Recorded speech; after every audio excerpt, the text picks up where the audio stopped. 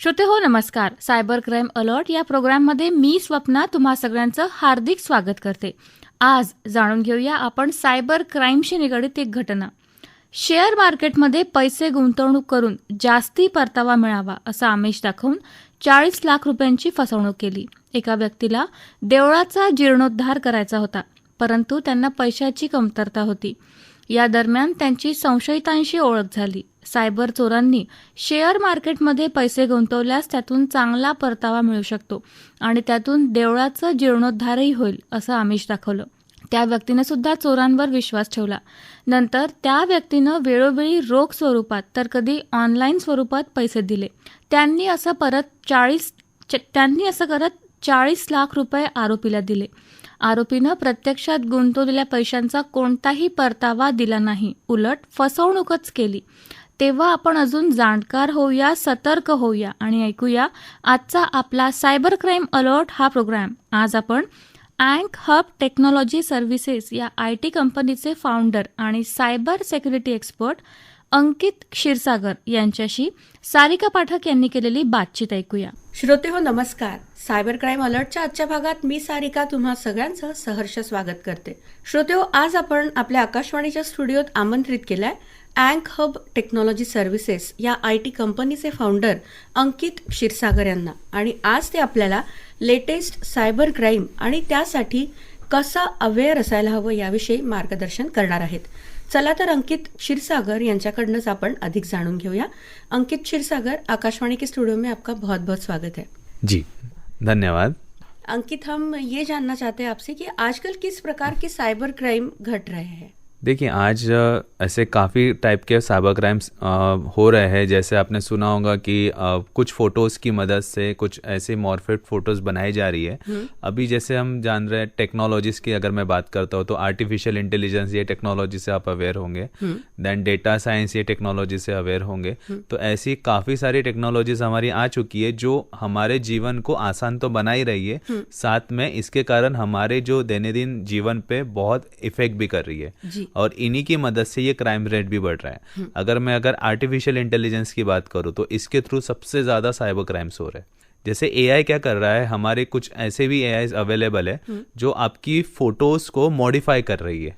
अगर मैं as a social media platforms में अगर कोई फ़ोटोज़ शेयर कर रहा हूँ तो उसमें मेरा फेस क्लियर हो रहा है. अब इन फेस को हटा के कुछ मॉर्फेड फ़ोटोज़ बनाई जाती है, जिस कारण जो यंगस्टर हैं उन लोगों को ब्लैकमेल भी किया जा रहा है. तो ऐसे आर्टिफिशियल इंटेलिजेंस ये एक हो गया मैं जिसके बारे में बता रहा हूँ. समटाइम्स क्या हो रहा है, अभी डेटा साइंस आप इससे अवेयर होंगे सब लोग. आपने देखा होगा कि कभी हमको कोई प्रोडक्ट चाहिए होता है तो हम लोग डिस्कस करते हैं एक दूसरे से कि भाई ये चीज़ मुझे लेनी है. तो कुछ दिनों बाद आपने देखा होगा आपके इंस्टाग्राम पे या हर जगह पे आपको वो प्रोडक्ट का डिटेलिंग हो रहा है. तब ये पता कहाँ से चल रहा है, कौन हमें कैप्चर कर रहा है या कौन हम पे ध्यान दे रहा है. तो आपका सबसे बड़ा दुश्मन है आपका मोबाइल. ये आपकी बातें भी सुनता है. तो इससे कैसे बचना चाहिए, ये सारी चीज़ें हमें यहाँ पे डिस्कस करनी है. जी बिल्कुल. तो अंकित जी, हमें इससे कैसे बचना चाहिए? देखिए, अगर आप साइबर क्राइम से बचना चाहिए तो सबसे पहले हमें पता करना पड़ेगा कि कौन से साइबर क्राइम से हमें बचना है. अगर हम लोग बात करते हैं आर्टिफिशियल इंटेलिजेंस वाले साइबर क्राइम से अगर मुझे बचना है तो उसके लिए क्या कर सकते हैं अगर आप सोशल मीडिया यूज़ कर रहे हैं, जैसे आप अगर फेसबुक यूज़ कर रहे हैं, इंस्टाग्राम यूज़ कर रहे हैं, तो पहले तो आपके अपने प्रोफाइल को लॉक कीजिए. समटाइम्स हम लोग क्या करते हैं कि हम अपने इन्फॉर्मेशन को ज़्यादा से ज़्यादा लोगों तक पहुंचाना चाहते हैं, जस्ट बिकॉज ऑफ कि हमें फ़ोटोज़ पे ज़्यादा लाइक चाहिए, ज़्यादा लोगों ने उसे देखना चाहिए. अभी जो ब्लॉगर्स हो रहे हैं, ये जो कर रहे हैं, ये सोशली वैसे भी रेडी है इन सब चीज़ों के लिए, तो वो कर रहे हैं. बट एक जो आम आदमी होता है ना, अगर मैं किसी पर्सन की बात करूँ, एक ऐसी लड़की जिसमें घर पे रिस्ट्रिक्शन है और वो फिर भी ये चीज़ें यूज़ कर रही है क्योंकि घर वालों को उतना अवेयरनेस नहीं होता है. तो उस लड़की को क्या करना चाहिए, उस सिनेरियो में वो ये कर सकती है कि अपने प्रोफाइल को वो लॉक करे. ऐसे ही किसी पर्सन को अपने प्रोफाइल में एंट्री दीजिए जिसे आप जानते हैं. अच्छा. तो उसके लिए आप अपना प्रोफाइल लॉक कर सकते हैं. सोशल मीडिया पे ऐसी फोटोज डालिए जिससे मॉर्फ करना मुश्किल हो थोड़ा सा. तो आप ऐसा ही डेटा सोशल मीडिया में शेयर कीजिए जिससे आप पे ज़्यादा यानी इस तरह की एक्टिविटी ना हो पाए. जी अंकित, हम ये जानना चाहते हैं कि किस प्रकार की फोटो जल्दी मॉर्फ हो सकती है. देखिए कैसा है, आजकल के जो टूल्स है वो इतने इंटेलिजेंस है, तो आप वो कोई भी फोटोज आपकी मॉर्फ कर सकते हैं। बट समटाइम्स कैसा होता है कि जो हमारा ड्रेसिंग कल्चर होता है, ठीक है, जिसमें आपका चेहरा अगर क्लियर है ना, तो उस फोटो को मॉर्फ करना काफी इजी हो जाता है। अच्छा। तो अभी कुछ टूल्स मैंने ऐसे भी देखे हुए आर्टिफिशियल इंटेलिजेंस के, जिसमें आपका फेस यानी क्रॉप करके आपकी बॉडीज को चेंज किया जा रहा है। अब कुछ टूल्स अच्छे हैं जिसमें आपको अच्छी फोटोज देंगे, कुछ टूल्स हार्मफुल है हमारे लिए। अच्छा। तो मेक श्योर कि आपकी जो फोटोज आप जो भी आप इस्तेमाल करने वाले हैं या सोशल मीडिया पे भेजने वाले हैं, वो थोड़ा सा एक कल्चरल फोटो होंगी, तो उसको मॉर्फ करना थोड़ा हार्ड जाता है एआई को। और जब फोटो मॉर्फ होती है ना, तो उसमें इफेक्ट भी दिखते हैं वो चीज, यानी आपके फेस में थोड़ा ग्लो अलग लेवल पे आ जाएगा, आपके फोटो का फेस स्ट्रक्चर भी चेंज हो जाता है। अच्छा। तो एक चीज आपको ये भी ध्यान रखनी है, अगर आपके साथ कोई ऐसी फोटोज मॉर्फ करके अगर कुछ आपके पास आ रहा है, तो आपके पास एक ओरिजिनल फोटो भी होनी चाहिए, जिससे हम आइडेंटिफाई कर सके कि भाई ये फोटो इस फोटो से लेके बनाई है। तो गवर्नमेंट के कुछ ऐसे पोर्टल्स और साइट्स अवेलेबल हैं जिसमें आप लोग ओरिजिनल फोटोज को वहां पे अपलोड करके आप वहां पे एक क्लेम यानी साइबर क्राइम रजिस्टर कर सकते हैं। तो वो क्या करेंगे, पूरे ओवरऑल वर्ल्ड से, इंटरनेट वर्ल्ड से वो आपकी मॉर्फेड फोटो हटा दी जाएंगी। अच्छा, तो ये हो गई आर्टिफिशियल इंटेलिजेंस के माध्यम से फोटो मॉर्फिंग वाली जो क्राइम घट रही है उसके बारे में। जी। तो फाइनेंशियल क्राइम्स जो घट रहे हैं उसके बारे में भी हम जानना चाहते हैं। जी बिल्कुल। तो फाइनेंशियल क्राइम कैसे हो रहे थे, पहले अगर मुझे ट्रांजैक्शन करना था तो ओटीपी नाम की एक चीज हमारे पास कोड आता था, अभी वो नहीं हो रहा है। हाँ। अभी कैसा हो रहा है कि कुछ ऑर्गेनाइजेशंस ऐसे हैं, वो क्या कर रहा है कि गवर्नमेंट के मेंबर हूँ या मैं एक एनएचआई से बात कर रहा हूँ या साइबर क्राइम डिपार्टमेंट से बात कर रहा हूँ, ऐसा आपको एक कॉल रिसीव होता है। हाँ। आपको कॉल पे आपकी पर्सनल डिटेल्स पूछी जाती है, आपका आधार कार्ड, पूरी डिटेल्स पूछेंगे, और आप शक भी नहीं कर सकते ना, क्योंकि एक गवर्नमेंट अधिकारी क्या आपको फोन आ रहा है या फिर कोई साइबर क्राइम डिपार्टमेंट से आ रहा है, तो वो आपको कुछ एक्टिविटीज बताते हैं, जैसे अभी फोन को सिक्योर कैसे करना, ऐसी बातों बातों में। इसे हम लोग सोशल इंजीनियरिंग अटैक बोलते हैं, जिसमें आपको कुछ अच्छी चीजें बताएंगे और आप वो चीज करना स्टार्ट कर देंगे। और इन दिनों आप देखोगे कि जब ये सेटिंग्स बताई जा रही है, वो आप में डिवाइस में कुछ ऐसी सेटिंग्स करवा देंगे जिससे कंप्लीटली ये कॉल फॉरवर्डिंग हो गया, एसएमएस फॉरवर्डिंग हो गया, ये सब कुछ आप सेट कर चुके होंगे। और वो आपको ये बताएंगे कि ये भाई डीएनएस है, ये गूगल की चीज है, हमें उसमें डालना पड़ता है। अभी जैसे मुझे किसी नंबर को फॉरवर्ड करना है, तो हम लोग *401 ऐसा कुछ तो भी एक नंबर डालते हैं, और उसके बाद हम लोग किसी और थर्ड पार्टी का नंबर डालते हैं। अब हम अगर वो हमें बोलते हैं कि भाई ये डीएनएस सेटिंग है, अब नॉर्मल इंसान को तो पता ही नहीं होता है डीएनएस क्या होता है। जी, हमें भी नहीं पता, आप बताएंगे? ठीक है, इसे बोलते हैं डोमेन नेम सर्विस, बट इसका इस्तेमाल लोग बोलते हैं कि फॉरवर्डिंग के लिए, यानी हम लोग बोलते हैं कि जो इंटरनेट चला रहे हैं या सिक्योरिटी गूगल प्रोवाइड कर रहा है, तो उनको ये ऐसा थोड़ा बताया जाता है, यानी इन शॉर्ट घुमाया जाता है वो चीज़ों से। और इस वजह से इसमें क्या होता है कि आप जो सामने वाले नेक्स्ट पर्सन को बोल सकते हैं आप बहरूपिया जो भी होता है, डाइवर्ट करते हैं। अच्छा। डाइवर्जन के कारण हम लोगों के सिस्टम में ऐसी कुछ सेटिंग्स करवा दी जाती है, और इससे क्या होगा कि जब कभी कोई एसएमएस या कॉल आएगा उस समय के लिए, वो डायरेक्टली जो नेक्स्ट पर्सन है उसकी तरफ ट्रांसफर हो जाता है। अच्छा जी। तो फिर हमारी बैंक डिटेल्स वगैरह जो सेव रहती है फोन में, तो वो भी देख सकते हैं? हाँ, इसमें आप ये देख सकते हैं कि जैसे अभी जो नेक्स्ट पर्सन कॉल कर रहा है, समटाइम्स वो क्या बोलेंगे कि हम आपको एक लिंक भेज रहे हैं, वो लिंक पे जाइए, फॉर्म फिल कीजिए। अब जैसे ही आप वो लिंक पे क्लिक करेंगे तो एक एप्लीकेशन जो होता है, हम लोग जनरली से की लॉगर बोलते हैं, की लॉगर क्या करता है, आपके सिस्टम की पूरी इंफॉर्मेशन, चाहे फिर वो आपका लैपटॉप हो या मोबाइल डिवाइस हो, there are number of types of keylogger, तो वो क्या करेगा, आपके जो भी लॉग्स हैं, जैसे आप नंबर टाइप कर रहे हैं तो वो लॉग हो गया, आपके बैंक डिटेल्स आप टाइप कर रहे हो तो वो लॉग हो गया, आपका आधार कार्ड नंबर आप टाइप कर रहे हो वो लॉग हो गया। तो ये सारे लॉग्स इकट्ठा होना स्टार्ट होते हैं, और हमारी आदत है इंटरनेट ऑन रखने की जी। तो वो क्या करेगा, रियल टाइम में जब जब डेटा ऑन रहेगा वो लॉग्स नेक्स्ट पर्सन को भेजते जाएगा। इसे हम लोग बोलते हैं बंडल्स बनाना, जिसमें हम लोग क्या करते हैं, एक वायरस को किसी एक पैकेज के साथ मर्ज करते हैं। दिखने के लिए तो सामने में जैसे मान लो वो वीडियो शो हो रहा है या कुछ भी, बट बैकग्राउंड में उसकी प्रोसेस चालू होती है। जिस वजह से आपका जो डेटा है रैंडमली वो नेक्स्ट पर्सन को भेजा जाता है। और आपने देखा होगा कभी कभी कोई अनवांटेड एप्लीकेशन आ जाते हैं हमारे डिवाइस में तो हमारा फोन हैंग होना चालू होता है, क्योंकि उसकी बैकग्राउंड में कुछ ऐसी सस्पिशियस एक्टिविटी चल रही है जिससे आपका डेटा कभी जल्दी खत्म हो जाएगा। हाँ। कभी कभी आपका देख रहे होंगे आप, एडवर्टाइजमेंट आती रहती है मोबाइल में जबकि हमने कोई ऐप इंस्टॉल नहीं किया, नहीं। तो ये सिस्टम ऐप की तरह इंस्टॉल होता है जिसको डिटेक्ट करना भी मुश्किल है। तो इन सब से हम कैसे बचे? इसके लिए कीलॉगर डिटेक्टर के जैसे एक एंटीवायरस होता है वैसे कीलॉगर डिटेक्टर्स अवेलेबल है, प्ले स्टोर पे भी हैं, आप उसे भी डाउनलोड कर सकते हैं। समटाइम्स आप ये चेक कर सकते हैं, जैसे हमारे मोबाइल में एक सिस्टम सेटिंग होती है जिसमें रिसेंट ऐप आपने कौन से इंस्टॉल किए हैं वो दिखते हैं, तो आप उसमें जाइए, अनवांटेड ऐप्स को रिमूव कीजिए।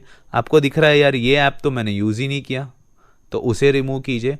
और जो सिस्टम, आपको ये भी लगेगा कभी कभी कि यार कि मैंने अगर कोई सिस्टम का ऐप उड़ा दिया तो मेरा फोन हैंग हो सकता है, करप्ट हो सकता है, तो मैं ये बोलना चाहूंगा कि सिस्टम के ऐप कभी अनइंस्टॉल होते ही नहीं है, उसका अपडेट अनइंस्टॉल होगा बट ऐप अनइंस्टॉल नहीं होंगे। अच्छा। तो अगर कोई एप्लीकेशन ऐसा दिख रहा है कि वो सिस्टम का है तो उस पे कभी भी अनइंस्टॉल का ऑप्शन ही नहीं आएगा। बट अगर आपको ऑप्शन दिख रहा है इसका मतलब वो सिस्टम का ऐप नहीं है, कोई एक फर्जी ऐप है जो आपके डिवाइस में रह के आपकी इंफॉर्मेशन को कलेक्ट कर रहा है। ओके अंकित, आजकल ऑनलाइन शॉपिंग करना एक आम बात हो गई है जी। लेकिन उस माध्यम से फ्रॉड्स भी बहुत घट रहे हैं, तो ये कैसे होता है और इनसे बचने के लिए क्या करना चाहिए ये हम जानना चाहते हैं। देखिए अभी कैसा हो रहा है, जैसे मैं एक एग्जांपल देता हूँ अमेजोन का। अमेजोन पे मैं जाता हूँ, कोई प्रोडक्ट परचेस करता हूँ, ठीक है। अब किसी पर्सन को कैसे पता कि प्रोडक्ट परचेस्ड हो रहा है? अभी कुछ अमेजोन यूजर्स क्या होते हैं, जैसे कस्टमर सपोर्ट वाले, ये लोग स्कैमर के साथ डेटा शेयर करते कि भाई ये ऑर्डर्स आए, ठीक है। स्कैमर्स क्या करेंगे, जैसे मैंने कोई परचेस किया हुआ है तो मुझे कॉल करेंगे, बोलेंगे आपका पार्सल आया हुआ है। अब मुझे तो पता है मैंने कुछ ऑर्डर किया था। कुछ सिनेरियो में ऐसा भी होता है कि हमने कुछ ऑर्डर नहीं किया, फिर हमको लगता है यार किसी ने भेजा होगा या कुछ ऐसा सिनेरियो हो सकता है, तो स्कैमर की तरफ से हमको कॉल आता है। फिर हमको बोला जाता है कि भाई डिलीवरी बॉय को एड्रेस नहीं मिल रहा, आप फाइंड आउट कीजिए, या फिर मैं एक कोड बता रहा हूँ ओटीपी जनरेट करने के लिए, हमारे तरफ से ओटीपी जनरेट नहीं हो रहा है तो वो कोड बताते हैं, तो वो कोड नहीं होता, वो फॉरवर्डिंग वाला सिस्टम होता है जिससे आपके सिस्टम के जो फोन के कॉल्स है, एसएमएस है, उसको फॉरवर्ड किया जाता है। समटाइम्स ये भी आपने सुना होगा कि एक अनवांटेड पार्सल आपके घर पे आ जाएगा। जैसे लास्ट टाइम अभी चल रहा था कि मीशू वाला सिनेरियो चल रहा था, मीशू से तरफ से एक पार्सल आ रहा था जिसके ऊपर एक कुछ फॉर्म्स आ रहे थे, जैसे जिसमें क्यूआर कोड्स रहते थे फॉर क्लेमिंग दिस अवार्ड, या फिर कोई अगर हम लोग ऐसा कुछ क्लेम करना चाहते हैं, या फिर एक कूपन्स आ रहे हैं उसके अंदर, फूड कूपन्स आ रहे हैं, शॉपिंग कूपन्स आ रहे हैं, ठीक है। उसमें लिखा जाता था कि लाइक आपको ये अवार्ड मिला हुआ है, ये उसके अंदर एक छोटा सा कोई गिफ्ट भेज देते थे वो, और एक फॉर्म कि और भी कूपन क्लेम करना चाहते हो तो आप अपने फोन से इसे स्कैन करें। इससे क्या हो रहा है, जैसे हमने उस लिंक को, यूआरएल को स्कैन किया तो एक अनवांटेड स्क्रिप्ट रन होंगी, और वो स्क्रिप्ट का काम क्या है, आपके सिस्टम में कुछ तो भी एक सस्पिशियस सेटअप या कोई एपीके इंस्टॉल करवा देना। हाँ। जिससे क्या होगा, जैसे मैंने आपको बताया की लॉगर के बारे में, हाँ। तो ये आपका डिटेलिंग उनके पास जाते रहेगा। तो ये एक तरह का होता है ई कॉमर्स में जब हम लोग जा रहे हैं। सेकेंड, ऐसा भी हो सकता है कि आपको फोन आएगा, अमेजोन से मैं बात कर रहा हूँ, आपका प्रोडक्ट आया हुआ है, ठीक है, और सच में प्रोडक्ट आता भी है, बट आपने कभी प्रोडक्ट ऑर्डर ही नहीं किया। अब डिलीवरी बॉय जेन्युइन है, हाँ। उसको नहीं पता ना कि ये अमेजोन का प्रोडक्ट है, किसी ने आपके लिए भेजा हुआ है। अब उस प्रोडक्ट के अंदर क्या आता है, एक ओटीजी केबल और एक पेन ड्राइव। हम क्या करते हैं, अरे चेक करते हैं इसमें क्या है, तो हम लोग अपने मोबाइल में उसे अटैच कर देते हैं। तो उससे क्या होंगे, तुरंत एक रियल टाइम में एक स्क्रिप्ट ट्रिगर होती है। जैसे ही वो अटैच हुआ, हमने देखा कि यार उसके अंदर कोई फोटोज है, जैसे ही क्लिक करेंगे ना, एक सिंगल क्लिक होता है, चलता है जनरली किसी भी चीज को रन करने के लिए। हाँ। तो जैसे ही आप उस पर क्लिक करेंगे, आपके सिस्टम में जैसे एक बैकग्राउंड एप्लीकेशन एग्जीक्यूट हो जाएंगी, और वहां पे कुछ तो भी एक आपको वीडियो दिखा सकते हैं, कुछ भी शो कर सकते हैं। तो उस तरह से आपके डिवाइस को भी हैक किया जा सकता है। अब अमेजोन वालों ने प्रोडक्ट भेजा है, ठीक है, बट जो प्रोडक्ट है ना वो अमेजोन ने नहीं भेजा था, वो कोई डिलीवरी बॉय ला रहा है। आपके हिसाब से डिलीवरी बॉय स्कैमर नहीं हो सकता ना, क्योंकि वो खुद आ रहा है ना। नहीं तो आप तो पहले उसे ही पकड़ोगे, ठीक है। तो वो क्या होगा, किसी ने कुरियर भेजा होता है, बट उसका जो पैकेजिंग होता है ना वो अमेजोन की तरह करके भेजते हैं वो लोग। यानी अमेजोन जैसा कुछ टेप यूज करेंगे, वो वहां पे कार्टून्स में लिखा रहेगा अमेजोन का प्रोडक्ट है, और यू थिंक कि भाई अमेजोन से कुछ आया हुआ है। अच्छा। तो वो जेन्यून ही होगा, तो हम लोग उसको चेक भी करते हैं। तो ये भी एक तरीका होता है स्कैमर्स का। तो ये तरीके हो गए, लेकिन इससे हम कैसे बचे आम आदमी? हाँ, अगर आपको इससे अवेयर होना है या बचना है तो मेक श्योर कि अगर ऐसी कोई चीज़ आ रही है तो पहले अपनी शॉपिंग हिस्ट्री चेक करो कि आपने सच में कुछ ऑर्डर किया था क्या। फिर भी अगर लगता है कि यार नहीं मैंने तो ऑर्डर किया नहीं, फिर ऐसा कुछ आता है, तो आप उस जो भी टेस्टिंग वाली चीज़ है उसको ऐसे डिवाइस में यूज़ करके लगाइए जिससे आपका आधार कार्ड नंबर लिंक ना हो, या आप उस मोबाइल में आपका कोई ट्रांजेक्शन्स यूज़ नहीं कर रहे हो, तो ऐसे डिवाइस में उसे टेस्ट कीजिए। हम जनरली क्या करते हैं, हमारे प्राइमरी फोन्स में उसको यूज कर लेते हैं। अगर OTG वाला जैसे पेन ड्राइव कुछ आ रहा है तो आप अपने लैपटॉप में उसको यूज करो। जनरली अपन लैपटॉप से ट्रांजेक्शन्स नहीं करते, तो आप इस सिनेरियो में यूज कर सकते हो। रेयर केस में अगर कोई डिवाइस नहीं है तो आप नेट कैफे चले जाइए, वहां पे यूज कीजिए। तो मैं चाहूंगा कि अगर कोई सस्पिशियस हो रहा है ऐसा, अभी बिहार में एक चीज चल रही थी कि एक पर्सन ने कुछ तो भी एक एडवर्टाइजमेंट रन किया था कि भाई कुछ तो भी ऑफर वाली, कि आपको एक ऑफर दिया जा रहा है पर्टिकुलर को। एक स्कैम था जिसमें यूथ लोगों ने ज़्यादा से ज़्यादा अप्लाई किया, ठीक है। एक कंपटीशन चलाया गया जिसमें उन्होंने 799 रुपीज़ उन्होंने चार्ज किया, और वो ऑफर ऐसा था कि कुछ 15 लाख तक का उसमें रिवॉर्ड था। अच्छा। अब लोगों ने उसमें नंबर ऑफ टाइम अप्लाई करना चालू कर दिया, ठीक है। तो इससे क्या हो गया कि उस पर्सन ने जिसने ये ऑफर लॉन्च की थी उसको एडवर्टाइजमेंट लगाने के लिए पैसे तो ज्यादा लगे नहीं, 1000 रुपए में ऐड रन हो जाती है आज इंस्टाग्राम में। बट उसने एनालिसिस रिपोर्ट जो निकाला गया उससे पता चला कि उसमें कम से कम 10 लाख लोगों ने अप्लाई किया था। बाप रे। जस्ट कंसिडर कीजिए 10 लाख इंटू 800 रुपीज। तो इस तरह से भी स्कैम्स हो रहे हैं। हाँ। और अवेयरनेस का क्या महत्व है फिर अंकित, और टूल्स क्या यूज कर सकते हैं उसके लिए? जी, सबसे पहले अवेयर हम किसको कर रहे हैं। अगर मैं यंगस्टर की बात करूं तो यंगस्टर को ये समझना चाहिए कि कौन सा डेटा शेयर करना है पब्लिकली, कौन सा नहीं शेयर करना है। सेकेंड टाइम, अब ये जो हैकर होते हैं ना, वो जरूरी नहीं कि वो अननोन पर्सन ही हो, वो नोन पर्सन भी हो सकते हैं। अच्छा। वो आपका दोस्त भी हो सकता है, भाई भी हो सकता है, ठीक है। वो आपके फ्रेंड्स हो सकते हैं, इवन आपका मोबाइल हो सकता है। तो आपको कभी भी, जैसे अगर मैं बात करूं कि मुझे कोई पर्सनल डिटेल शेयर करनी है किसी के साथ, तो इस बात का ध्यान रखिए कि उससे कोई इफेक्ट होने वाला है क्या, ठीक है। हम लोग दोस्तों में, भाइयों में, जैसे फ्रेंड है उनसे बात कर रहे हैं तो पर्सनल डिटेल्स शेयर कर देते हैं, ठीक है। चलो आपने शेयर कर दी, कोई प्रॉब्लम नहीं है, बट सुनने वाला आपका फ्रेंड के अलावा आपका मोबाइल भी है। तो आपको ये ध्यान रखना है कि जब भी आप कॉल पे बात कर रहे हो या चैटिंग तो कर रहे हो, ठीक है, तो SMS में तो ठीक है। अब आप बोलोगे कि मुझे व्हाट्सएप पे बात करनी है तो मुझे इंटरनेट तो ऑन रखना ही है। हाँ। बट उस बात का ध्यान रखिए कि आपका जो VPN होगा, ठीक है, उसे ऑन रखना है। अच्छा। हमारे मोबाइल में एक सेटिंग होती है VPN सेटिंग्स नाम से, प्रॉक्सी और VPN, वर्चुअल प्राइवेट नेटवर्क्स हम बोलते हैं उसे जनरली ऑन रखिए, तो वो आपका लोकेशन ट्रैक नहीं होने देता है। ओके, ठीक है। तो ये कब कब ऑन रखना है हमें? जब आप रियल टाइम वर्ल्ड में बात कर रहे हो, जैसे अभी मुझे फोन पे किसी से बात करना है, हाँ। तो आप इंटरनेट ऑफ रखिए। अच्छा, ठीक है। इवन आप किसी वेबसाइट्स को एक्सेस कर रहे हैं तो VPN से क्या होगा, आपको ट्रैक नहीं होते हैं, या आपका डेटा, यानी कैसे आपका लोकेशन चेंज होता है ना, हाँ। तो जब आपका लोकेशन चेंज हो रहा है तब ट्रैकिंग वाला सिनेरियो नहीं होता है। जनरली इसका यूज तो सबसे ज्यादा स्कैमर करते हैं, डिटेक्ट ना होने के लिए। अच्छा, ठीक है। इवन अभी आपने एक देखा होगा कि ब्लूटूथ से भी हैकिंग हो रही है। अब मैं आज की जो जनरेशन है, आप सबके, आप देख सकते हो ईयर्स में आपको हेडफोन मिलेंगे, जी हाँ, स्मार्ट वॉचेस मिलेंगी, हाँ। तो वो क्या करते हैं, ब्लूटूथ ऑन करके रखते हैं। अब इसमें ब्लू बगिंग नाम का एक अभी क्राइम चल रहा है। ब्लू बगिंग में क्या होता है, ब्लूटूथ के थ्रू आपके डिवाइसेस को एक्सेस किया जाता है। ठीक है। यानी अगर मेरा एक फोन से दूसरा फोन कनेक्ट हो गया, आपने ये नियर बाय शेयर ये वर्ड सुना होगा, जैसे फाइल डेटा ट्रांसफर करने के लिए यूज करते हैं, तो ये ब्लूटूथ के माध्यम से हो रहा है। हाँ। तो मैं ब्लूटूथ के माध्यम से एक फोन से दूसरे फोन को कनेक्ट होकर दूसरे फोन का डेटा भी एक्सेस कर सकता हूँ। तो ये जनरली 10 मीटर के रेंज में होने वाला ये क्राइम है। बट अगर हम उसमें सैटेलाइट्स वगैरह यूज करें, थोड़ा एंटीनाज एंड ऑल, या अपनी रेंज बढ़ा दे किसी कारण से, तो ये 100 मीटर्स तक किया जा सकता है। अच्छा। तो आपको ये चेक करना है कि जब कभी भी आप किसी से फोन पे बात कर रहे हैं तो सबसे पहले आपका जो डिवाइस का इंटरनेट है वो ऑफ रहे। आप जब भी किसी से ब्लूटूथ से कोई डेटा शेयर कर रहे हैं तो आपका काम हो जाने के बाद ब्लूटूथ को वो अनपेयर कर दीजिए। और जब भी आपका ब्लूटूथ का यूज नहीं, इवन अगर मैं देखूंगा तो मेरा ब्लूटूथ अभी भी ऑन ही दिखेगा क्योंकि जस्ट मैंने हेडफोन्स यूज किए। तो ऐसे सिनेरियोस में ब्लूटूथ को ऑफ रखना चाहिए। अच्छा। तो इन चीज़ों का आपको ध्यान रखना है। अब आते हैं, ये तो हो गया यंगस्टर का। अब बात करते हैं जो पेरेंट सिनेरियोज है उनके लिए। तो एक क्राइम ऐसा भी होता है, जैसे अभी मैंने जैसे DPI का एक क्राइम चल रहा था जिसमें एक पर्सन का वॉइस रिकॉग्नाइज करके यानी फेच करके एक वॉइस क्रिएट कर रहे थे। जैसे एक जो चिल्ड्रन है वो अपने पेरेंट को किसी चीज की हेल्प मांग रहा है कि मैं फंस गया हूँ, मुझे पुलिस वालों ने पकड़ लिया है, ठीक है, ऐसा एक रिकॉर्डिंग वो क्रिएट की जाती है। यानी एक पर्सन रहेगा जो आपके फादर को कॉल करेगा, ठीक है, क्योंकि आज नंबर मिलना कोई बड़ी बात नहीं है, ट्रू कॉलर से आपको पूरा हिस्ट्री मिल जाता है, तो नंबर तो मिल जाएगा हमें, या फिर आपके व्हीकल जो होती है ना हमारी व्हीकल का अगर आप नंबर भी टाइप करेंगे व्हीकल वाले जो एप्लीकेशंस है वहां से भी आपको व्हीकल के ऑनर और उसका डिटेलिंग मिल जाता है, तो नंबर तो मिल जाता है पेरेंट्स का।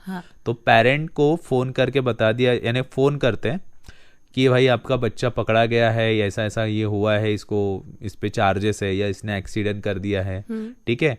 तो फिर आपको बोलते कि भाई कुछ तो लगेगा, तो फिर वो बोलते कि हाँ रफा दफा करो कुछ ऐसा। जनरली पेरेंट्स अपने बच्चे को बचाना चाहता है, ठीक है। अब उस सिनेरियो को थोड़ा सा क्लियर करने के लिए स्कैमर्स क्या करेंगे, जैसे उनके जो चिल्ड्रन है उसको फाइंड आउट करेंगे, और सोशल मीडिया पे आज की जो जनरेशन है उनके जो फैमिली है वो अवेलेबल होती है, जैसे अभी मेरे मम्मी पापा भी सोशल मीडिया पे अवेलेबल है, तो उससे पता चल जाता है कि भाई ये किसका लड़का है या किसकी लड़की है, तो फाइंड आउट हो जाता है कि इसका पेरेंट कौन है, ये किसका चिल्ड्रन है। और वॉइस जो रिकॉग्नाइज है, हम लोग जनरली कैसा होता है, हम जो सोशल मीडिया पे एडवर्टाइजमेंट है जो भी डाल रहे हैं वहां से या फिर कॉलिंग के थ्रू भी वॉइस फेच की जा सकती है, तो आपका एक वॉइस क्रिएट करेंगे, उससे आपके पेरेंट को बता दिया जाएगा कि लाइक एक चिल्ड्रन होगा जो बोलेगा पापा मेरी हेल्प करो, मुझे पकड़ लिया है, फिर सडनली कोई दूसरा पर्सन बात करेगा, और इस तरह से स्कैमर्स आपके पेरेंट्स को भी लाइक अटैक कर सकते हैं, उनसे कुछ इनकम ले सकते हैं। समटाइम्स ये जनरली हाउस वाइफ्स पे हो रहा है, अच्छा, क्योंकि पापा लोग डायरेक्टली फोन कर देंगे, मम्मियाँ नहीं, उनको बोलती कि हाँ क्या हुआ है, चलो ये करवा लेते हैं जो भी है, तो वो इफेक्ट हो रहा है। समटाइम्स ऐसा आता है एक कुरियर आएगा आपके घर पे, जनरली मम्मी पापा कोई घर पे, जैसे मम्मी जनरली होती है, ठीक है, तो आपके मदर के पास एक कुरियर आता है जिसमें लिखा रहता है कि लाइक देखिए आपके बेटे की करतूत, ठीक है, तो उसको देखने के लिए जनरली हमारे जो पेरेंट है वो स्कैन करेंगे क्यूआर को, तो इससे भी आपको अवेयर रहना है कि अगर कोई कुरियर आता है तो थोड़ा ध्यान से रखिए। तो आपको पेरेंट्स के भी आपको इससे आपको एजुकेट करना पड़ेगा, क्योंकि पेरेंट्स को नहीं समझता ना ये प्राइवेसी क्या होती है एंड ऑल, कौन सा डेटा शेयर करना चाहिए कौन सा नहीं। जैसे मैंने मेरे फादर को बता के रखा है कि ऑनलाइन वर्ल्ड में ट्रांजेक्शन मत कीजिए, ठीक है। उनको भी फोन आते हैं लाइक बैंक के अकाउंट के नाम से आते हैं, कभी कभी फेक एपीआईज के थ्रू आते हैं, उनको रैंडमली कॉल आते हैं, तो मैंने पहले ही बोल के रखा है कुछ भी रहा आप बैंक में जाके बात कीजिए डायरेक्ट। तो आप एक तो उन्हें एजुकेट कीजिए, अगर आपके पास समय नहीं है उन्हें एजुकेट करने का तो आप उन्हें रिस्ट्रिक्शन में डाल दीजिए कि भाई आप ये चीज आप ऑनलाइन मीडिया में मत जाइए, क्योंकि आप हर समय आपके पेरेंट के साथ नहीं हो सकते हैं। जी। और साइबर क्राइम के विक्टिम कोई विशेष एज ग्रुप के लोग होते हैं क्या अक्सर? जी नहीं, एज ग्रुप तो नहीं बोलेंगे, जैसे बोल सकते हैं कि कुछ क्राइम ऐसे होते हैं जो परफेक्टली डिजाइन होते हैं पेरेंट्स के लिए, जैसे मैंने अभी जो सिनेरियो बताया, और कुछ क्राइम ऐसे होते हैं जो सिर्फ यंगस्टर के लिए डिजाइन होते हैं। तो पेरेंट वाला सिनेरियो में डिस्कस कर चुका हूँ, यंगस्टर्स की बात करता हूँ। कुछ दिनों पहले की बात है, पिछले साल 2023 में एक पर्सन है मेरे कांटेक्ट में, आपने ये सुना होगा या इवन मेरे साथ भी ये हुआ है, एक फॉरेन की कोई एक तो भी फीमेल पर्सन वो आपको वीडियो कॉल कर देंगे, अच्छा, ठीक है, और वो जो नेक्स्ट पर्सन है ना वो लाइक ऐसी स्थिति में रहेंगे कि अगर आप रिकॉर्डिंग कर रहे हैं, ठीक है, यानी आप उनके साथ वीडियो कॉल पे बात कर रहे हैं, तो वो क्या करते हैं, यानी कुछ ऐसे लाइक सिनेरियो में रहते हैं जिसे यानी वो वीडियो किसी के पास चला जाए तो आपकी लाइक इमेज पे हार्म होगा। तो वो क्या कर रहे हैं जनरली, अभी ये फॉरेन कल्चर में चल रहा है, या फिर आप बोल सकते हैं कि ऐसे कोई कंसिडर करे कि ऐसा कोई एरिया है, जैसे अभी रेड अलर्ट एरिया की मैं बात करता हूँ, वो हो गया, तो ये लोग वो कर रहे हैं। इसमें क्या करेंगे, एक पर्सन को वीडियो कॉल किया जाता है, यंगस्टर जो अभी ये जो एज ग्रुप है यंगस्टर की बात करते, तो उसे लगता है यार एक कोई पर्सन है जो उसकी तरफ अट्रैक्ट हो रहा है, तो वो भी उसके साथ बात करना चालू करते। तो ये क्या करेंगे, आपका एक वीडियो रिकॉर्ड कर लेंगे जिसमें आप दोनों बात कर रहे हो। अब नेक्स्ट पर्सन को तो उसकी इमेज से कोई फर्क ही नहीं पड़ता है, बट ये जो यंगस्टर है इसको फर्क पड़ता है। तो वो रिकॉर्डिंग क्या करेंगे, फिर इंस्टाग्राम पे इसको भेज देंगे, ठीक है, और फिर यहाँ से चालू होंगी ब्लैकमेलिंग। इसके अलावा जो एक पर्सन है जैसे कोई फीमेल कैंडिडेट, तो वो क्या करेंगे, उस पर्सन के कांटेक्ट में जितने फॉलोअर्स है या फेसबुक पे फ्रेंड्स है, तो उनको फ्रेंड रिक्वेस्ट वो पहले से भेज के रखते हैं। यानी ये क्राइम करने का पहले तरीका क्या होता है, कि किसी पर्सन को आइडेंटिफाई करो, उसको फ्रेंड रिक्वेस्ट भेजो और उसके फ्रेंड्स में जितने भी उन सबको भी फ्रेंड रिक्वेस्ट भेजो। ठीक है, 100 लोगों को अगर फ्रेंड रिक्वेस्ट भेज रही है, उसमें से 10 लोग तो कंफर्म हो ही जाते हैं। अब इससे बात चालू होंगी, वीडियो रिकॉर्ड करेंगे, इनके पास एविडेंस आ गया तो वो इसको भेजेंगे, साथ में ही इसको भेजने के तुरंत बाद वो उनके फ्रेंड्स को भी भेजेंगे। ठीक है, और उसका स्क्रीनशॉट इस पर्सन को भेजा जाता है, देखो मैंने आपके फैमिली मेंबर्स को भी भेजा है, और फिर इससे पैसे की डिमांड की जाती है। तो ऐसे समय फिर क्या करना चाहिए? इस समय आप क्या कर सकते हैं कि सबसे पहले उस पर्सन को ब्लॉक कर दो। ठीक है, सेकंड सिनेरियो, आपको एक कंप्लेंट रजिस्टर करनी है उस अकाउंट से, और आपके कांटेक्ट में जितने भी लोग हैं उन सबको बोलना है कि उस अकाउंट पे रिपोर्ट फाइल करें। रिपोर्ट क्लेम करने का ऑप्शन आता है आजकल जनरली। ठीक है, उसे फाइल कीजिए रैंडम। अगर उसमें 100 से भी ज्यादा रिपोर्ट फाइल होती है तो इंस्टाग्राम और फेसबुक का एक एल्गोरिदम बना हुआ है जिससे वो अकाउंट को हटा दिया जाता है। अच्छा। तो आप ये करवा सकते हैं उनसे। और मैं चाहूंगा कि यंगस्टर को भी थोड़ा सा ध्यान रखना चाहिए कि लाइक अगर कोई नेक्स्ट पर्सन तुमसे अट्रैक्ट हो रहा है तो क्यों हो रहा है।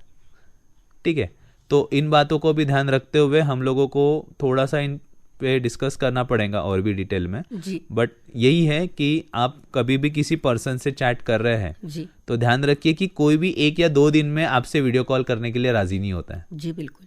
अंकित क्षीरसागर जी, आज आपने हमें जो लेटेस्ट साइबर क्राइम घट रहे हैं और कैसे अवेयर हमने होना चाहिए इस बारे में आपने हमें बहुत अच्छी जानकारी दी, इसलिए हम आपके बहुत बहुत आभारी आहे। धन्यवाद। जी, धन्यवाद। श्रोते हो, आपण ऐकत होतो सायबर क्राईम अलर्ट हा प्रोग्राम. आज आपण अँक हब टेक्नॉलॉजी सर्व्हिसेस या IT कंपनीचे फाउंडर आणि सायबर सिक्युरिटी एक्सपर्ट अंकित क्षीरसागर यांच्याशी सारिका पाठक यांनी केलेली बातचीत ऐकलीत. या कार्यक्रमातून निश्चितच आपल्याला लाभ होईल अशी मी आशा करते. तेव्हा सायबर क्राईम अलर्ट कार्यक्रमाचे सादरकर्ते डॉक्टर विजयसिंग राजपूत यांच्या समवेत मी स्वप्ना तुमची रजा घेते. धन्यवाद. नमस्कार.